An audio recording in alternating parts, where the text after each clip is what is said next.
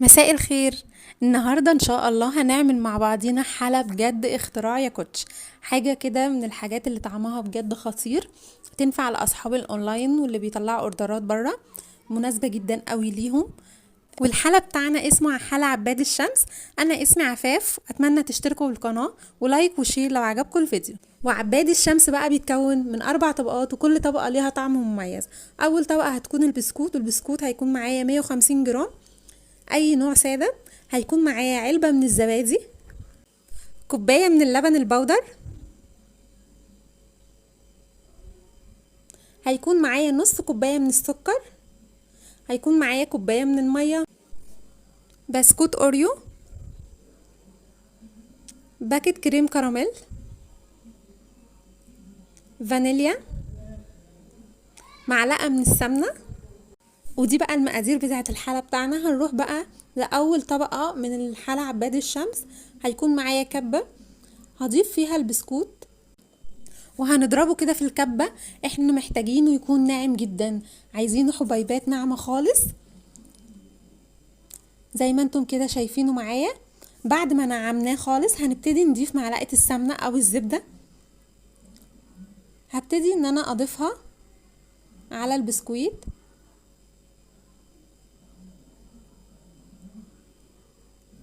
وبعد كده هرجع اضربه تاني في الكبة لحد ما السمنة والبسكوت يختلطوا خالص مع بعض زي ما انتم شايفين كده معايا.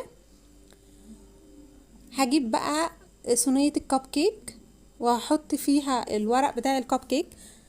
مقادير الوصفة بتاعتنا تعمل 6 من حلى عباد الشمس.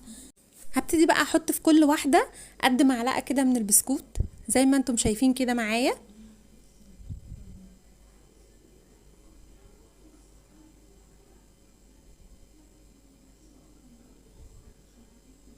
وبعد كده هجيب كوباية او اي حاجة عندكم اقدر ان انا اضغط بيها كده بالطريقة دي علشان كل البسكوت كده يبقى متساوي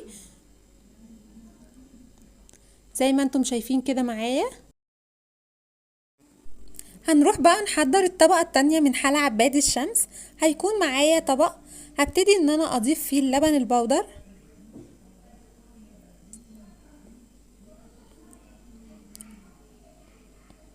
والسكر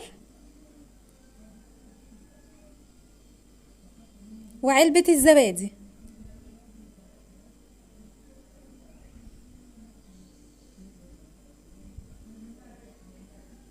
وبعد كده هبتدي ان انا اضيف فانيليا. الفانيليا هتغير الطعم وهتديها نكهة حلوة خالص. هفضل اقلب بقى المكونات دي كلها ببعضيها لحد ما السكر بتاعنا يدوب تماما.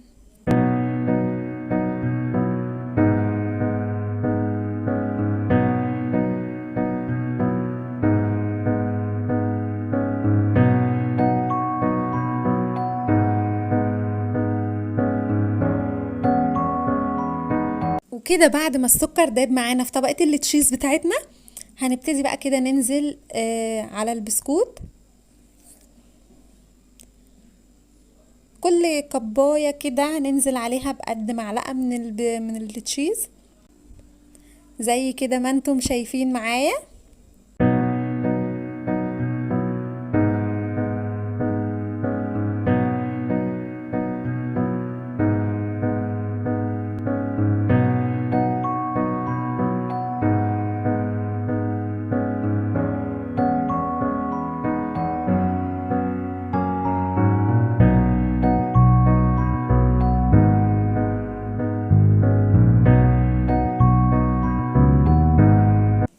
وكده بعد ما نخلص هنبتدي ندخله الفرن. الفرن هنكون مسخنينها، هيدخل معانا في الفرن قد 5 دقايق بالظبط لحد ما الطبقة اللي فوق تحطي صباعك عليها تلاقيها طالعة كده، تلاقيها مسكت نفسها كده بس في نفس الوقت طرية، بس مش بتطلع اي سوائل خالص. تمام، ما نطولش عليه اكتر من 5 دقايق في الفرن. والطبقة اللي جاية بقى هتكون عبارة عن بسكوت اوريو.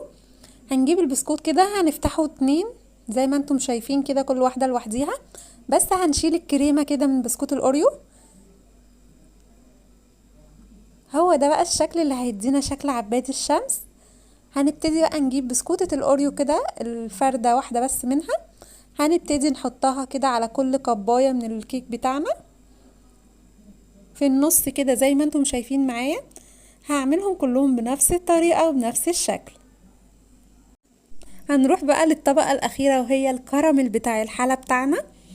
هنجيب كوباية من المية وهنزل بيها بباكت كريم الكراميل، مش هنزل بصوص الكراميل، هنزل بالباكت اللي هو البودرة، وهبتدي ان انا اقلبه كده كتير على البارد لحد ما الكراميل يدوب معانا كويس على البارد. وبعد كده هبتدي ارفعه على النار، هفضل ايدي كده فيه على طول لحد ما يعمل معايا زي ريمة خفيفة، يعتبر هياخد معايا غلوة واحدة مش اكتر من كده. تمام. هبتدي ان انا اطفي عليه النار وهو سخن على طول. هبتدي انزل على الكب بتاع عباد الشمس زي ما انتم شايفين كده.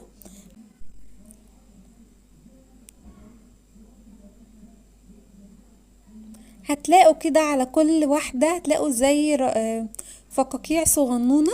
ممكن احنا بأي شوكة بأي معلقة هنبتدي نشيل الفقاقيع دي، علشان احنا عايزين طبقة الكراميل بتاعتنا ناعمة خالص من فوق، عشان الحلة بتاع العباد الشمس يكون ناعم خالص وبيور زي ما انتم شايفين كده معايا.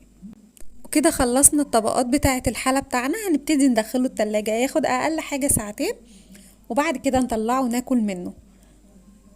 وكده بقى بعد ما خرج معايا من التلاجة جمد معانا كده من فوق. هنبتدي مع بعضينا نفتح واحدة ونشوف شكلها عامل ازاي. بجد الحلة بتاعنا طعمه خطير جدا، في كل طبقة ليها طعم معين. اول طبقة من البسكوت هتلاقيها ناشفة وجديدة شوية معاكي. تاني طبقة هتلاقيها طبقة طرية خالص زي طعم التشيز. تالت طبقة طبعا طبقة الكراميل والبسكوت الأوريو، هتلاقي طعمها بجد في كل طبقة كده ليها مذاقها الخاص، في كل طبقة مختلفة عن التانية خالص. حاجة طعمها بجد حلو جدا زي ما انتم شايفين معايا، ولا كمان شكله الخطير جدا. احب اقول لكم كم ملحوظة. المكونات بتاعتنا ملهاش اي بدايل، هي كلها كده المكونات على بعضيها هي اللي هتديك الطعم الخطير بتاع الحلة بتاعنا.